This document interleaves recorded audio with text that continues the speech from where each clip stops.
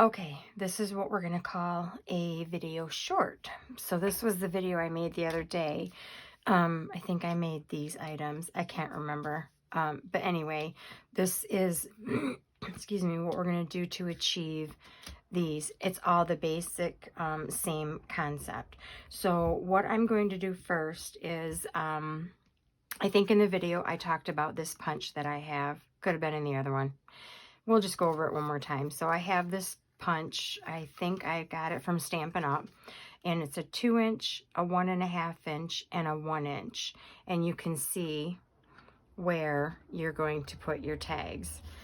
When you cut these, in order to get the same measurements, you're going to cut whatever length you want, but you have to take a 1/2 inch off of each one from the length if you want it to look proportioned. So I'm just going to put my first one in there at the 2-inch. I have it a little bit bigger. I'm going to cut that down real quick. I think I have it just a little bit too wide. Yep. So I'm going to cut that down. And you also want to keep conscious of where you want your tail. If your paper is going in a direction, make sure you're putting the bottom part in so that your tail, this one it doesn't really matter. I think it could go in either direction. Otherwise it'll be upside down. So there's one, and that was 2-inch by 5. This is 1.5 inch by 4.5, and it has a direction. So I'm going to put my tail in there at the bottom. And there's 2, and this is 1 inch by 4,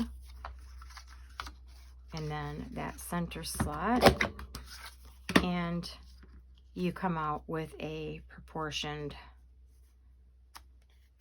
tag. Now, if you want, if your paper goes horizontally, like some of my papers, I laid them this way, and you want to make the whole ribbon tail, then you're going to go the other way, and then that's how you're going to get that. So it's pretty easy concept. Now, if you don't have one of these, here's, you can still do this.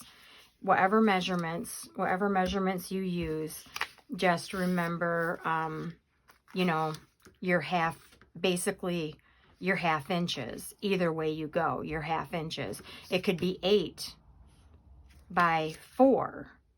And then your next one down is going to be 7.5 by 3.5. So you just have to remember your 1/2 measurements. So for this, since if you don't have a punch, basically what I did was I used the same measurements we just talked about. Of course, I have this mat that has the inches in it. If you don't have this, you'll just have to do a little bit of extra work to find your center. But for me, I laid it on my mat. I took my Tim Holtz ruler. I laid it so that I could find my center at the same time. And it didn't really kind of matter where my ruler went, but I went up a quarter, 3 1/4. So I went up 3 1/4, and I found my center, and I just did it all at the same time. I put a stripe through there and put a little dot for my center. And I went ahead and did that on every single piece. Then you're just going to take your scissors, and you can absolutely freehand this. Mine come out wonky, so I don't freehand. I don't freehand a whole lot because I can barely cut a straight line. And then you're going to get your tails that way.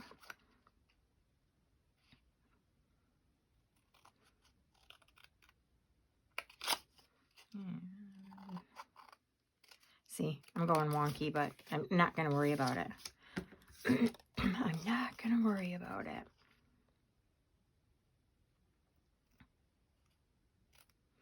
And you could draw your line from corner to corner to make sure that you're cutting it straight. I probably would do that, but for video purpose, the video short, I'm making it short. And then there you go. And then you're going to do the same thing. Now, if you find this is a little bit out of proportion up here, just snip off a little bit of the top. And, you know, it's wonky. And there you go. And then you would do the same thing on the other side if you're going for this effect. And then I just went through and I got out my embellishments and my words, my sentiments, and I just decorated them up. Now these will go in a book page, but these would make super, super cute bookmarks. And if you use double-sided paper, then, which this was, but these were tags and I liked this side better, then you have your backing, or you can just back this with something else.